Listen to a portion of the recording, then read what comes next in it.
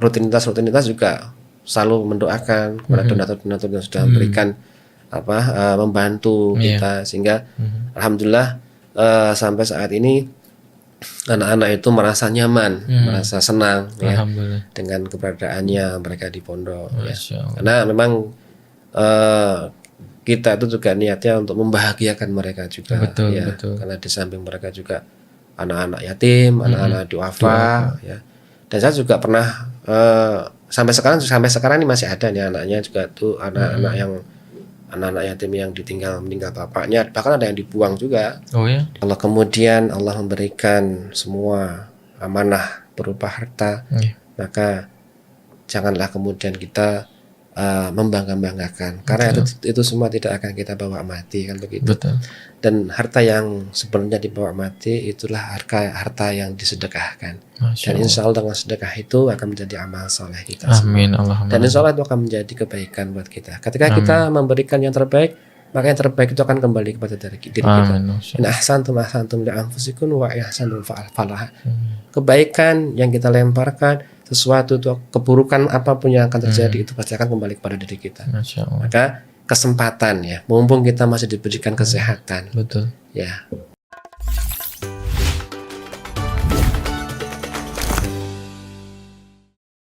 Bismillah, assalamualaikum warahmatullahi wabarakatuh. Waalaikumsalam warahmatullahi wabarakatuh. Alhamdulillah, masya Allah. Apa kabar saudara-saudara semua yang ada di rumah, yang ada di mana aja, yang lagi pegang HP ataupun nonton pakai laptop atau PC.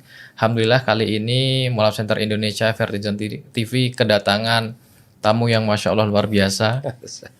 Beliau pejuang dakwah di sebuah pelosok. Bukan pelosok lagi ya, tadi udah deket pantai ya tadi. Deket pantai, masya Allah. Beliau adalah Ustadz Muhammad Arif Jatmiko, masya Allah. Sehat Ustadz? Alhamdulillah, masya Allah. Luar biasa banget ini Ustadz. Alhamdulillah berkenan mampir ke gubuk kami Ustadz. Bukan gubuk lagi nih ya. Insya Allah semakin tambah lagi besar. Amin, amin, Allahumma amin, amin. Nah beliau ini itu punya pondok yatim, sama buat mu'alaf juga, sama tahfidz juga. Allah Akbar. Mungkin bisa diceritain Tat, itu gimana sejarah awal kok pengen bikin pondok atau gimana gitu. Ya baik, bismillahirrahmanirrahim. Assalamualaikum warahmatullahi wabarakatuh. Waalaikumsalam. Terima kasih Mas Andi dan Mas Eko dan tim lainnya yang sudah berkenan untuk menerima kedatangan saya sambil sharing-sharing, kemudian menginformasikan sesuatu yang mungkin insya Allah bisa bermanfaat untuk teman-teman kita di sana. Amin, insya Allah. Nah, pada awalnya memang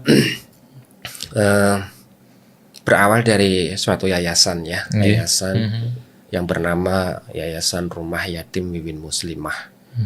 Nah, kenapa dinamakan Wiwin? Karena salah satu pendirinya beliau namanya Wiwin. Masya Allah, Masya Allah. Tapi ada yang paling istimewa lagi. Ini salah satu pejuang dakwah perempuan yang tidak pernah kenal lelah. Masya Allah. Namanya Francisca Wiwin Punati. Francisca Wiwin. Kok ada Franciscanya? Biasanya Francisca ini. Iya betul. Memang dia seorang mualaf. Allahu Akbar. Masuk Islam tahun 2005.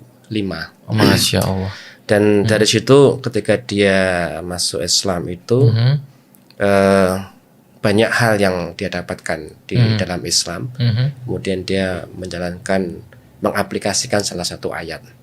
Hingga beliau kepengen menjadi salah seorang ibu dari anak-anak yatim. Masya Allah. Dan saya tahu sendiri betul dari saksi hidup bahwa saya masih dulu pernah melihat dan menyaksikan sendiri kekafiran beliau di masa-masa yang lalu. Oh gitu. Ketika dia hijrah saya juga kaget. Dulu dia seorang fanatik ya. Kok sekarang kok jadi seorang muslim. Pendakwah. Iya, bajunya aja satu baju ya. Kalau dulu itu jilbabnya sekarang ini bisa jadi 2 baju dulu itu. Masya Allah. Nah itulah makanya saya juga sangat mendukung beliau dalam berdakwah. Dari situ kemudian kita bikin suatu lembaga ya, Yayasan Rumah Yatim Wiwin Muslimah yang diawali dengan beliau ini. Tahun berapa itu Tat? Untuk pengesahan Yayasan itu tahun 2015. Masya Allah. Dan untuk mengawali perjuangan beliau ini dari tahun 2009 kalau nggak salah. Ya, dia sendiri tahun 2009 kemudian ketemu dengan saya. Kita kemudian bikin yayasan dengan teman-teman yang semisi dengan kita, yang sama-sama senang berdakwah di pelosok-pelosok juga. Dan alhamdulillah sampai sekarang kita juga diamanahkan oleh salah satu jamaah juga untuk membina dan mendirikan satu pondok pesantren. Hingga alhamdulillah sampai saat ini berjalan, dan mohon doanya insya Allah ke depan kita juga akan membangun asrama putri. Karena asrama putri saat ini kita dipinjemi. Oh, masih dipinjemi. Ya, masih dipinjemi. Dan ini ada rencana untuk membuat karena kita masih baru ngurus IMB-nya. Oh, berarti sudah ada ya lahannya. Lahannya sudah ada, sudah berstatus wakaf. Beliau Bapak almarhum Bapak Muhammad Munajat, beliau sudah istilahnya mewakafkan tanah itu ke yayasan kami untuk didirikan dengan amanah untuk salah satu sosial ya. Kita akan jadikan untuk asrama anak-anak yatim dan duafa. Masya Allah. Dan nanti kita programnya yang di sini adalah anak-anak untuk menghafal Al-Quran. Dan yang di Gunung Kidul itu ada 3 program, Mas Andi. Apa aja itu? Yang pertama kita akan yang saat ini yang sudah berjalan ini pondok pesantren tahfiz yatim dan duafa. Masya Allah. Ya, untuk penghafal Al-Quran. Untuk penghafal Al-Quran. Ya. Kemudian yang kedua untuk pembinaan mu'alaf. Pembinaan mu'alaf ini karena memang beliau dari mu'alaf ini sudah mengetahui sendiri ya. Dari seorang mu'alaf seperti apa ya. Perjuangannya ditendang sama keluarganya, diusir, bahkan dibully dan lain sebagainya. Maka beliau juga ingin memuliakan mu'alaf dan mengajari ketauhidan sampai nanti kemudian diajarkan keterampilan.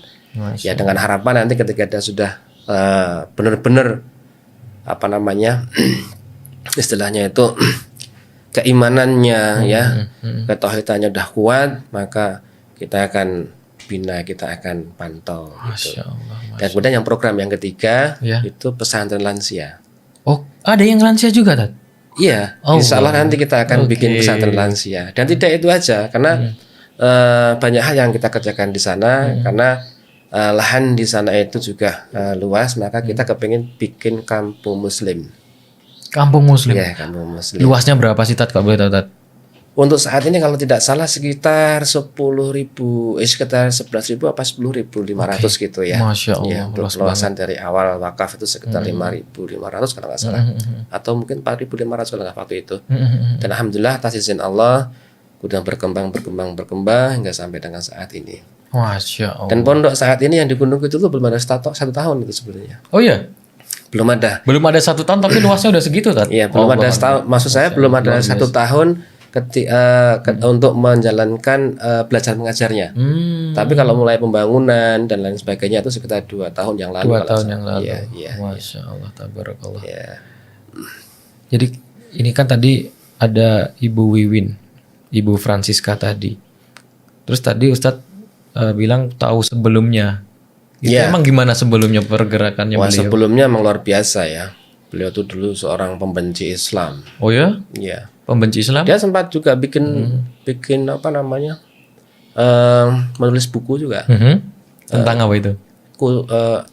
Judulnya tuh kalau nggak salah, Ku Temukan Islam Dalam Kebencian. Oke. Nanti bisa dibuka di internet itu ada. Ku Temukan Islam Dalam Kebencian. Ya, akhirnya beliau kenapa bisa masuk Islam karena kapster-kapsternya dulu itu juga Muslim semua, sehingga mungkin dakwahnya salah satu kapster itu sehingga Bunda Wiwin itu bisa bersyahadat. Masya Allah. Gitu. Emang dulu metodenya apa sih yang dikerjain mereka itu kalau di sana? Kalau dakwah versi mereka mereka dulu kalau menurut pengakuan beliau itu pernah ya katolikisasi pemurtatan itu. Beliau itu dulu ya membahagiakan, artinya kita itu umat Islam dibikin istilahnya itu apa ya?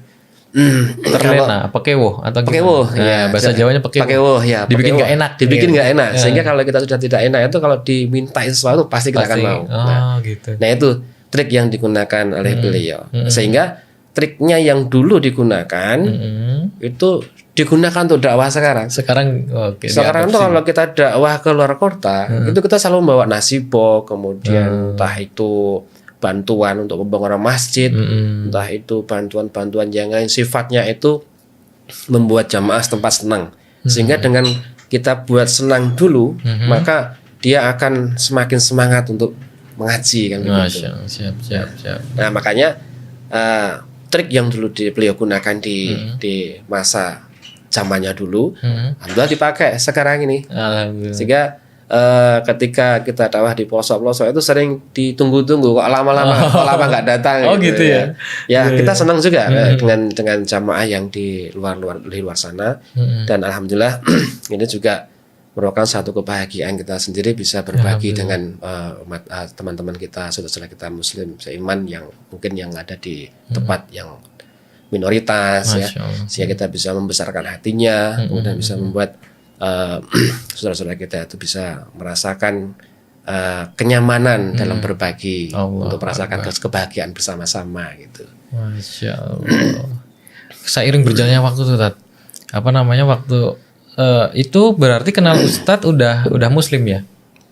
Waktu kenal saya tuh beliau masih Katolik. Masih Katolik. Oh gitu. Beliau masih Katolik. Dan masih keras atau gimana masih? Dan masalah kalau dulu itu memang masalah kolot memang iya. Jadi dia itu saklek sekali orangnya. Ya saklek sekali waktu di zaman masih Katolik. Tapi ketika tahun 2012 itu saya ketemu beliau itu alhamdulillah sudah mulai berubah. Karena saya mengenali suaranya waktu itu. Mengenali suaranya, kemudian beliau menyampaikan ke saya kalau sudah masuk Islam dan lain sebagainya, sudah bercerita panjang lebar sama saya.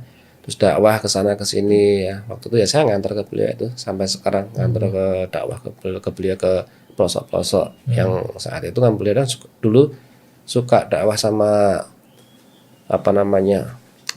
tim DMC Pak ya waktu itu ya. Iya, DMC. Dakwah itu saya lupa namanya karena beliau yang sering ikut dakwah sama Pak Edi kalau nggak salah waktu itu. Sampai sekarang. Sampai sekarang ya. Oke. Terus ngomongin yang program-program yang ada di pondok itu kan dengar-dengar tadi nggak cuma satu tempat, lokasinya dari mana aja tuh, Tat? Oh ya, kalau untuk kantornya itu di Jalan Veteran. Di Jalan Veteran tuh terminal Warung Boto. Jadi perempatan SGM itu ke selatan, sebelum lampu merah kanan jalan. Dan itu pun sebelum lampu merah kanan jalan. Iya, pas pertigaan.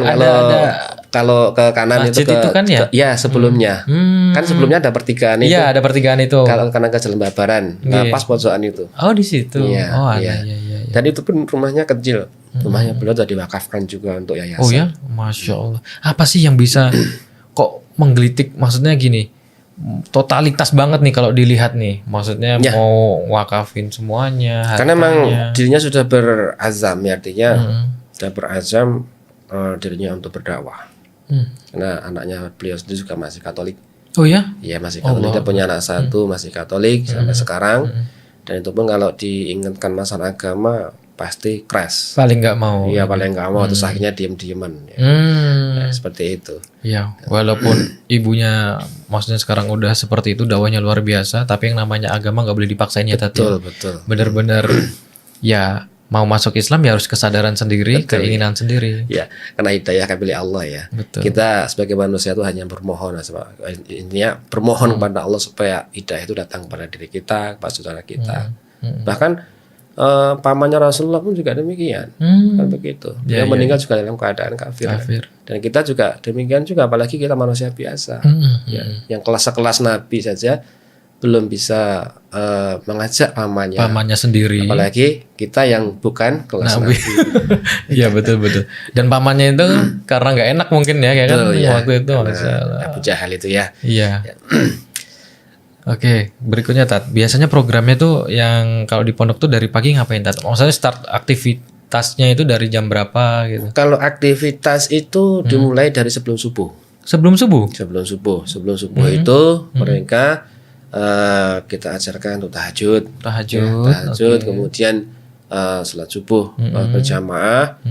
kemudian setoran hafalan setelah sholat subuh, hafalan Quran, setelah itu sholat duha, istirahat, dan mungkin ada materi-materi fikih dan lain, akidah dan lain sebagainya. Masya Allah. Ya, kemudian kalau hari Senin itu mereka puasa sunnah, hari Kamis juga puasa sunnah. Kemudian rutinitas juga selalu mendoakan kepada donatur-donatur yang sudah memberikan membantu kita, sehingga alhamdulillah sampai saat ini anak-anak itu merasa nyaman, merasa senang ya, dengan keberadaannya mereka di pondok ya. Karena memang kita itu juga niatnya untuk membahagiakan mereka juga. Betul. Karena di samping mereka juga anak-anak yatim, anak-anak duafa ya. Dan saya juga pernah sampai sekarang ini masih ada nih anaknya juga tuh, anak-anak yatim yang meninggal bapaknya, bahkan ada yang dibuang juga di dalam kardus, dan sampai sekarang juga masih ada di pondok. Nah ini membuat saya semakin ngelus dodo ya, karena banyak orang yang diberikan amanah anak tapi sia-sia dalam mendidiknya, sehingga kita khawatir. Bahkan juga ada yang kerja dari mulai malam, mulai pagi sampai malam, bahkan pergi berangkat kerja masih tidur, anaknya pulangnya juga masih udah tidur ya. Dan ini tidak pernah ketemu dengan anaknya. Ini membuat kita juga merasa prihatin juga. Benar. Dan itu tidak hanya anak yatim dan duafa saja, umum pun juga kita terima. Artinya bagi yang ingin masuk ke pondok kami tetap siap ya. Dan semuanya gratis, Mas. Allahu Akbar, semuanya gratis. 100% gratis. Masya Allah. Gratis. Dan bahkan tahun kemarin, tahun sebelum Covid itu ada santri yang kita hadiah umroh. Umroh? Ya. Kenapa, Ustaz? Karena selesai hafalannya 30 juz. Allahu Akbar, ya. Masya Allah. Saya sama Bunda berangkat umroh sambil ngajak santri yang sudah selesai. Yang sudah selesai hafalan itu. Sampai sekarang masih ada anaknya. Allah, masih di pondok sana. Masih di pondok. Allahu Akbar. Itu bisa kita besok kalau boleh berkenan dipertemukan. Bisa insya Allah. Insya Allah ya, Tat. Iya. Masya Allah. Jadi gini, misal nih Tat, kalau teman-teman yang ada di rumah pengen berpartisipasi, pengen ikutan dakwah, walaupun mungkin yang di rumah pengen ikutan dakwahnya nggak bisa tenaga, mungkin dengan rezeki yang mereka dapat itu transfernya kemana, Tat? Bisa, atau nanti bisa dibuka di internet ya. Apa itu klik di Rumah Yatim Win Muslimah. Di situ ada nomor rekening, ada nomor kontak saya juga. Ya, maka ada juga mapnya, alamat kantor kita. Semuanya lengkap di situ. Udah ada semuanya. Sudah ya? Ada di situ. Rumah Yatim Wiwin Muslimah. Jadi Rumah klik aja di Google Muslimah. Rumah Yatim Wiwin Muslimah. Ya. Oke, siap. Ya. Jadi buat teman-teman yang ada ataupun yang bingung nih tadi mau ngontak itu nanti ataupun mau transfer, nanti insya Allah kita masukin di deskripsi di bawah, Ustaz. Insya Allah. Jadi nanti teman-teman bisa langsung baca di bawah ini. Nah, itu nomor rekeningnya Rumah Yatim Wiwin Muslimah, dan nanti ada nomor kontaknya juga. Jadi bisa langsung kontak ke nomor tersebut ya, nomor adminnya Ustaz ya. Betul. Nanti kalaupun teman-teman mau datang ke situ juga insya Allah nanti kita sediakan Google Maps-nya. Jadi bisa langsung menuju ke lokasi yang dituju seperti itu. Ya, zaman sekarang kan zaman canggih ya. Zaman teknologi digital. Jadi apapun itu sangat mudah sekali. Betul. Bahkan transparansi untuk penyaluran zakat, infak, sedekah itu kita akan laporkan. Masya Allah. Sehingga kita ingin bahwa apa yang diamanahkan ke kita itu semuanya sudah tersalurkan dan menjadi salah satu harapan yang para pemberi zakat ini untuk memberikan sesuai dengan akadnya.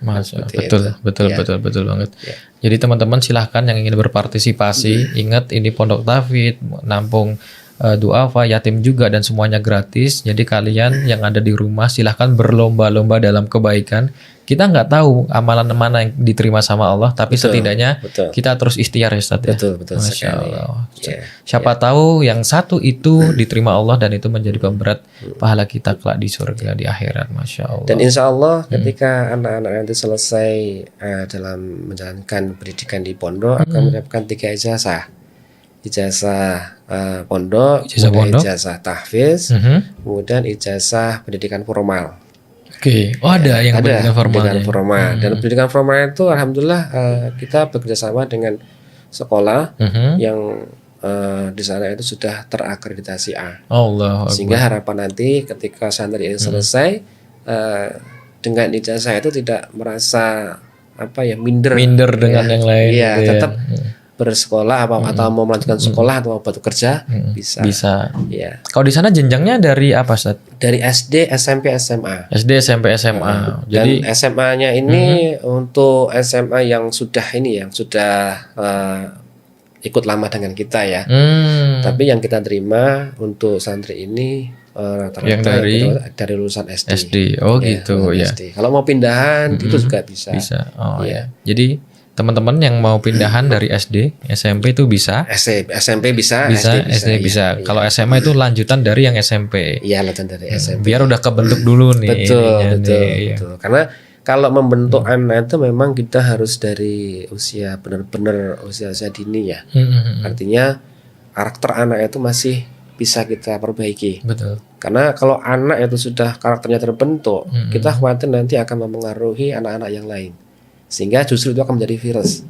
Ya, kalau itu sudah terjadi dan mempengaruhi anak-anak, maka kita khawatir anak-anak itu tidak akan konsentrasi belajar. Betul. Dan itu sudah terbukti dan terbukti di tempat kami. Dulu memang pernah ada seperti itu.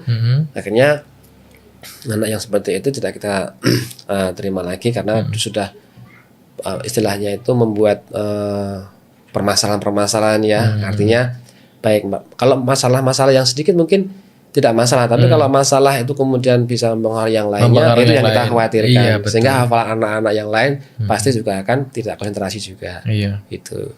Karena sebenarnya ya itu tadi virus-virus itu yang ditakutkan malah mengkontaminasi santri yang lainnya, Tete. Betul. Bener banget. Iya. Karena memang pengaruh teman itu sangat kuat. Apalagi mereka interaksinya hampir 24 jam kan kalau di pondok gitu. Jadi mau nggak mau ya otomatis bisa kena secara itu. Iya, betul. Jadi memang betul. Makanya harus kita bentuk santri ini dari usia yang mungkin masih sejak dini mungkin. Betul. Ya. Kalau misalnya ini ini kan udah mau mendekati hari kurban nih, paling tinggal berapa hari lagi sih nih? 2-3 hari lagi ya. Hari. Itu bisa nggak sih teman-teman yang misalnya di rumah pengen nitipin hewan kurbannya, mungkin yang ada di Jakarta atau di Kalimantan gitu, kontak di situ bisa ya Tete? Bisa sekali. Sekali. Bisa sekali itu langsung nanti kita akan potong di pondok dan itu kita akan salurkan ke ke masyarakat Gunung Kidul ya. Tidak hanya di pondok saja, tapi itu juga akan kita salurkan ke tempat-tempat dakwah kita di warga-warga setempat, kemudian tempat-tempat yang biasa kita dakwahi, sehingga mereka merasa diperhatikan. Gitu. Karena memang kondisi seperti ini kan tidak semua bisa berkorban ya. Betul, artinya memang ini merupakan salah satu perjuangan kita dengan kondisi yang serba sulit ini. Mungkin ada saudara kita yang lebih sulit lagi di daerah Gunung Kidul yang tidak pernah makan daging dan sebagainya. Dan alhamdulillah dengan kondisi seperti itu, kalau ada teman-teman yang ingin berkorban di tempat kami, kami akan terima dan kami akan salurkan ke daerah-daerah binaan kita. Masya Allah, luar biasa. Sama ini Ustaz, boleh nggak kita besok kawan-kawan main ke pondok sama untuk ngeliput buat boleh tahu kegiatan di sana. Boleh sekali. Jadi aman ya, nggak ada social distancing atau gimana gitu atau apa? Kalau yang di Pondok Wonosaban yang saat ini yang di asrama Wonosaban itu karena kondisi ya. Karena banyak mereka saudara kita di daerah sana yang warga juga ada yang kena. Itu memang kita menjaga. Iya, betul. Supaya benar-benar steril dari hal-hal yang sifatnya virus kan begitu. Tapi kalau yang sama aja sih sebenarnya di Gunung itu juga sebenarnya sama aja. Karena mungkin nanti setelah KPPM ya, PPKM ya, setelah PPKM insya Allah bisa kita agendakan untuk silaturahmi tempat kita. Amin, insya Allah. Dan PPKM berakhir pada tanggal, katanya informasinya sampai tanggal 1 Juli. 1 Agustus. Diperpanjang berarti ya? Dari yang 20 sekarang ke oke. Kabarnya kan sampai tanggal 24 ya, 25 ya. Nah itu dia ya, itu jadi PR kita semua sih ya. Ya semoga virus itu segera hilang ya. Amin. Harapan semua bisa selesai. Ya. Ada nggak Tat awal-awal dulu waktu bikin pondok di sana itu mungkin ada warga yang nggak setuju atau ada tantangan lain atau gimana Tat? Atau malah justru dari agama sebelah gitu? Iya. Kalau tantangan di sana itu kayaknya nggak begitu ini ya. Cuman karena mayoritas di daerah Pondok Gunung Kidul itu sudah beragama Islam dan kalau dilihat dari ketaatan dan keimanannya mungkin masih Islam-Islaman ya. Karena ada sebagian juga yang belum bisa baca Al-Quran, bahkan juga masih belum sholat tepat waktu dan lain sebagainya. Nah ini juga ada yang tidak sholat sama sekali. Masih ada ya Tat ya? Ada yang tidak sholat sama sekali. Nah ini juga salah satu tantangan kita juga. Nah begitu kita membuat pendopo di sana. Karena waktu itu kondisinya masih kebun jati ya, masih kebun jati. Kemudian kita berusaha bagaimana tempat ini bisa dibuka dulu. Kita bangun pendopo dulu. Kita awali dakwah dengan mengadakan pengajian. Kan begitu. Alhamdulillah atas izin Allah terbangunlah pendopo. Dari situ kemudian kita awali untuk berdakwah, untuk pengajian rutin selapan sekali kalau orang sana ya. Selapan sekali 35 hari kalau nggak salah ya. Selapan sekali pengajian di sana sampai berjalan waktu 1 sampai 2 tahun. 1 sampai 2 tahun. Sambil berjalannya pembangunan. Ya, sambil berjalannya pembangunan dan alhamdulillah mulai saudara-saudara kita sana tuh mulai terketuk hatinya. Allah Akbar. Ketika mulai kita bikin pendopo itu banyak anak-anak yang belajar ngaji di sana, belajar TPA, belajar Iqra, kemudian belajar melancarkan doa-doa dan lain sebagainya. Nah, alhamdulillah di situ kita semakin bersemangat. Semakin bersemangat dan kita mulai bergerak lebih cepat lagi ya. Artinya bagaimana kemudian kita mengharapkan pondok ini segera jadi. Dan atas izin Allah dalam kurun waktu 2 tahun kalau nggak salah itu sudah mulai terbangun semuanya dan mulai masuk tahun yang ketiga kalau lupa saya kalau nggak salah tahun ketiga ini itu sudah mulai menerima santri. Dan santri yang saat ini ada angkatan pertama itu belum ada 1 tahun. Oh ya? Belum ada 1 tahun ya? Itu di sana sekitar 65 sama mudirnya sama pengasuhnya juga ada di sana. Masya Allah, dan sekali lagi itu gratis teman-teman. Dan semuanya gratis. Masya Allah. Ya. Dan alhamdulillah ada juga yang dari luar Jawa. Oh iya? Ya, ada yang dari mana paling jauh Tat? Papua. Papua. Ada yang dari Papua. Dari Papua? Dari Papua. Allah Akbar. Dari Papua, kemudian dari Makassar, kemudian dari mana lagi ya? Jawa Barat juga ada. Kemudian yang dari Nias juga ada. Ya, alhamdulillah beragam ya di situ ya, sehingga anak-anak itu merasa punya saudara baru di situ. Sehingga mereka saling berkumpul, kenalan dengan satu sama yang lain, akrab, dan itu menumbuhkan salah satu semangat mereka dalam belajar. Ya, jadi buat teman-teman, kalaupun pengen anaknya yang dari SD dibawa ke pondok rumah Wiwin Muslimah. Rumah yatim Wiwin Muslimah. Itu bisa teman-teman sekali lagi cek di deskripsi di bawah, itu ada Google Maps-nya. Nanti teman-teman tinggal klik aja, insya Allah sudah sampai ke lokasi. Ataupun ingin berdonasi ataupun ingin itu memberikan rezekinya kepada saudara-saudara kita, para penghafal Quran, insya Allah jadi ladang pahala jariah teman-teman semuanya. Amin. Itu ada di deskripsi di bawah, rekeningnya langsung ke rumah yatim Wiwin Muslimah yang ada di bawah. Sama ini Ustadz, kita minta nasihat Ustadz buat saudara-saudara kita yang ada di luaran sana yang mungkin masih ragu, terutama untuk calon mu'alaf nih. Calon mu'alaf. Iya, kan kadang ada keraguan, aduh mantap gak ya mau cadar gak ya ini nih ya kayak gitu. Ya, prinsipnya begini. Jadi memang untuk masuk ke ranah keyakinan itu memang tidak mudah. Betul. Tidak semua orang bisa bahwa menjalankan kehidupan sehari-hari kemudian ingin meyakinkan keyakinannya dengan Yang Maha Kuasa, itu antara pilihan A dan B, itu tidak mudah. Dan itu memang membutuhkan pengorbanan. Betul. Dan ini selalu contoh yang yang sudah terjadi yang ada pada saat ini, bagaimana seorang mu'alaf yang sudah berumur kemudian menetapkan pilihannya, dia akan berhijrah masuk ke dalam Islam, kemudian dia mempraktekkan dari salah satu ayat yang ada dalam Al-Quran, dan alhamdulillah sampai sekarang Allah mudahkan, dan ini salah satu menjadi contoh untuk mu'alaf-mu'alaf yang lain. Karena banyak saudara-saudara kita yang sekedar bersyahadat tapi tidak menjalankan syariatnya. Ada juga. Tapi harapan kita semua memang itu memerlukan kemauan yang kuat. Betul. Karena kita tahu usia kita tidak panjang. Usia kita tidak panjang. Jangan sampai kemudian kita menyesal di kemudian hari. Betul. Artinya apa? Ketika Allah sudah panggil kita, maka kita akan teriak-teriak kepada Allah untuk dihidupkan lagi. Agar apa? Untuk berbuat amal soleh. Agar disebut menjadi orang yang soleh.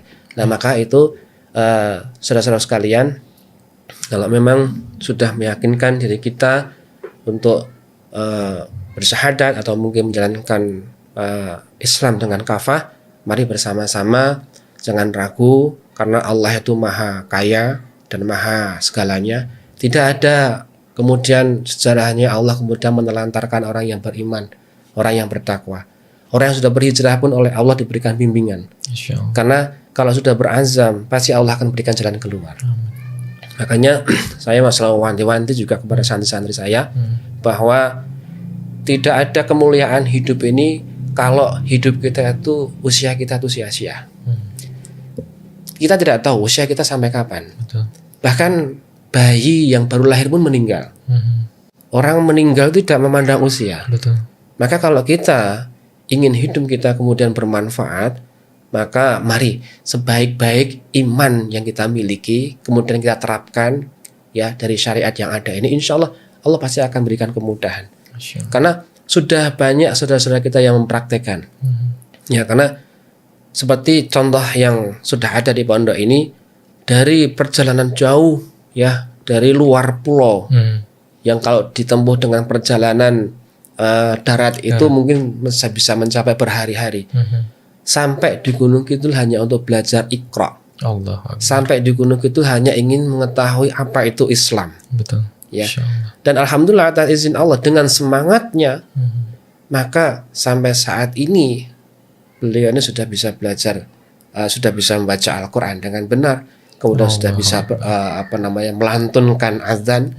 Belum ada setahun. Belum ada setahun itu. Belum ada setahun di tempat kami mu'alaf ini sudah bisa membaca Al-Quran, kemudian sudah mulai menghafal, Nah, ini merupakan salah satu potret ya, contoh yang seharusnya kita yang masih diberikan hidayah oleh Allah ini, maka jangan ragu untuk menjalankan syariat dengan benar, karena insya Allah pasti akan Allah berikan jalan yang tidak disangka-sangka, apapun, baik itu rezeki maupun ketenangan hati yang kita miliki. Akbar, Masya Allah. Dan insya Allah Mas Andi,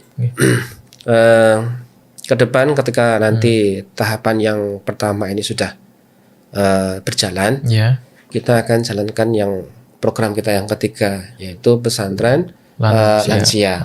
Karena dengan pesantren lansia ini kita memandang insya Allah bisa memberikan pencerahan. Amin. Karena banyak saudara-saudara kita yang sudah pensiun kemudian nggak tahu mau berbuat apa ya, maka di situ kita akan sediakan tempat untuk belajar, untuk bersama-sama mendekatkan diri kepada Allah, sehingga intinya dalam pesantren lansia ini bisa mengisi hati yang saat itu kosong.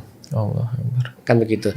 Biasanya kalau orang yang pensiun itu kalau sudah selesai dari masa jabatannya, mereka tidak ada kegiatan, bingung mau ngapain. Nah, di situ kita akan sediakan tempat untuk belajar agama, ya, untuk bersilaturahmi dengan santri-santri kita yang lain, dan menjalankan program dari apa yang kita siapkan di pondok kita. Dan mohon doanya juga dengan hadirnya pesantren lansia ini akan membawa keberkahan kita untuk kita semua ya. Artinya amin. Baik untuk warga sekitar, untuk pondok pesantren tersendiri, dan kemudian untuk pesantren lansia ini. Insyaallah ya. Insyaallah. Jadi itu tadi teman-teman, Masya Allah luar biasa. dari seorang mu'alaf bisa membuat pondok yang luar biasa, diamanai Allah, lebih dari 10.000 luasnya, dan kemudian lebih dari 60 santri ya Ustadz ya. Iya betul. Masya Allah, yang sekarang yang di asrama ini 35 ya, juga kemarin yang baru masuk 7 anak lagi yang 7 baru anak. Kemudian yang di sana start 65. 42 sama 65. Masya Allah udah 100 lebih. Masya Allah, itu amanah dari Allah yang luar biasa. Dan semoga kita semua yang ada di rumah jangan tinggal diam. Sekarang saatnya mainkan jari kalian, klik share video ini, buka rekening kalian, transfer berapapun yang kalian inginkan. Sejatinya sedekah itu untuk kalian sendiri yang ada di rumah besok.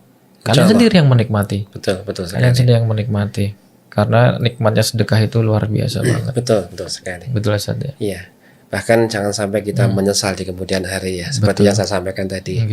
Bahwa anfiqu mimma razaqnakum min qabli ayati ahadakumul mautu fayaqula rabbi laula akhartani ila ajalin qarib. Kalau kemudian Allah memberikan semua amanah berupa harta, maka janganlah kemudian kita membangga-banggakan, karena itu semua tidak akan kita bawa mati, kan begitu. Betul. Dan harta yang sebelumnya dibawa mati itulah harta yang disedekahkan. Dan insya Allah dengan sedekah itu akan menjadi amal soleh kita. Amin. Allahumma. Dan insya Allah itu akan menjadi kebaikan buat kita. Ketika kita memberikan yang terbaik, maka yang terbaik itu akan kembali kepada diri kita. In ahsantum li anfusikum wa ihsantum fa'alaha. Kebaikan yang kita lemparkan, sesuatu itu, keburukan apapun yang akan terjadi itu pasti akan kembali kepada diri kita. Maka kesempatan ya, mumpung kita masih diberikan kesehatan. Betul. Ya, untuk orang yang sakit ya, kalau kepengen kemudian disembuhkan oleh Allah setelah berobat, setelah berikhtiar, maka itu bisa menjadi salah satu solusinya, yaitu bersedekah, kan begitu. Da'u mardakum bisadaqah, kan begitu. Jadi sedekah itu juga salah satu obat untuk menyembuhkan penyakit, kan begitu. Betul banget. Sama mohon doanya Ustadz buat saudara kita Abah Fani yang kondisinya sekarang masih di ICU. Mohon doanya semoga diberi kesembuhan. Sama saudara-saudara kita yang sedang isoman di rumah, semoga Allah angkat sakitnya, digugurkan dosanya, dan semua ya insya Allah kalau kita bisa dikumpulkan di jannahnya. Amin. Mudah-mudahan saudara kita, pejuang kita, mujahid kita, Kang Fani ya, yang kalau saya mengingat perjuangan beliau luar biasa. Yang saat ini diberikan ujian ya, dengan kondisi yang saat ini dialami, mudah-mudahan segera Allah angkat penyakitnya.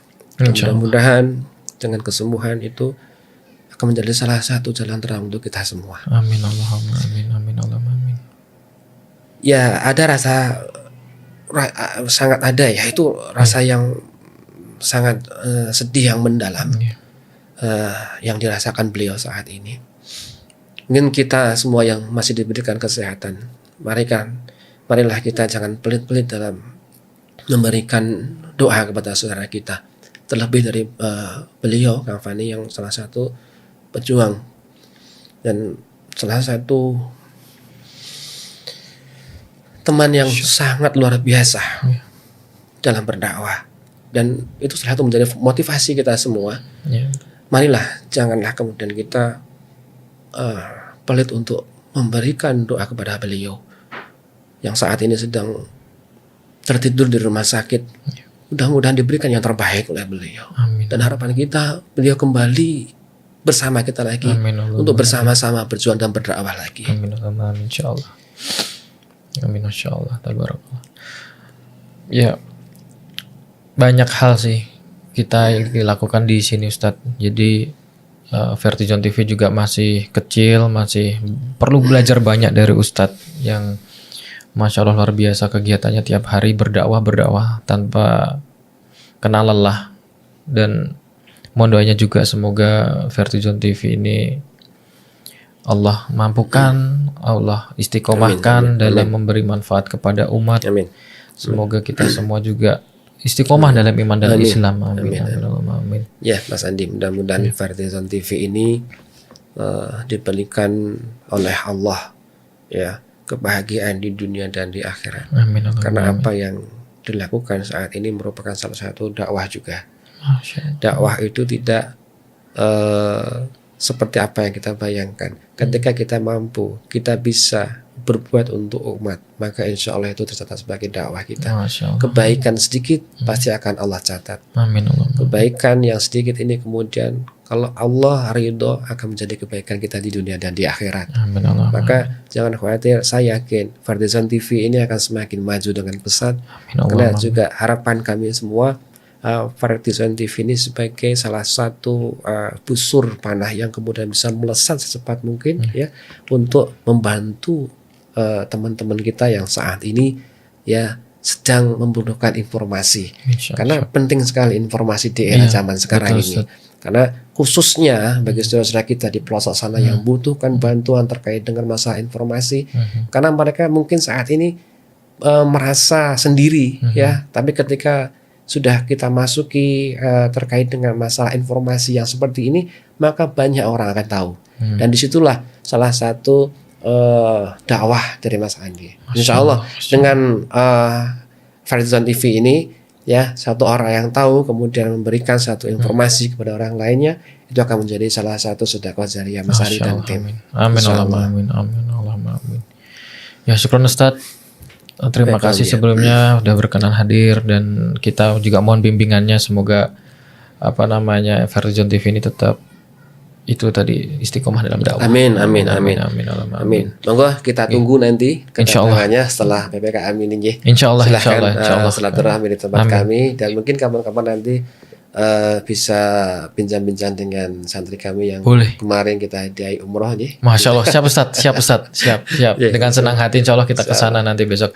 Ya, mungkin itu dulu dari kami Ma'ruf Center Indonesia Fardizon TV. Semoga bisa mengambil ibroh pada tayangan kali ini, dan semoga sekali lagi buat teman-teman, semoga Allah beri kesehatan semuanya. Amin. Adapun yang sedang diberi ujian berupa sakit, insya Allah itu sebagai penggugur dosa. Dan semoga semuanya diberikan keberkahan rahmat dari Allah SWT. Amin. Sekian dulu dari kami. Assalamualaikum warahmatullahi wabarakatuh. Waalaikumsalam warahmatullahi wabarakatuh.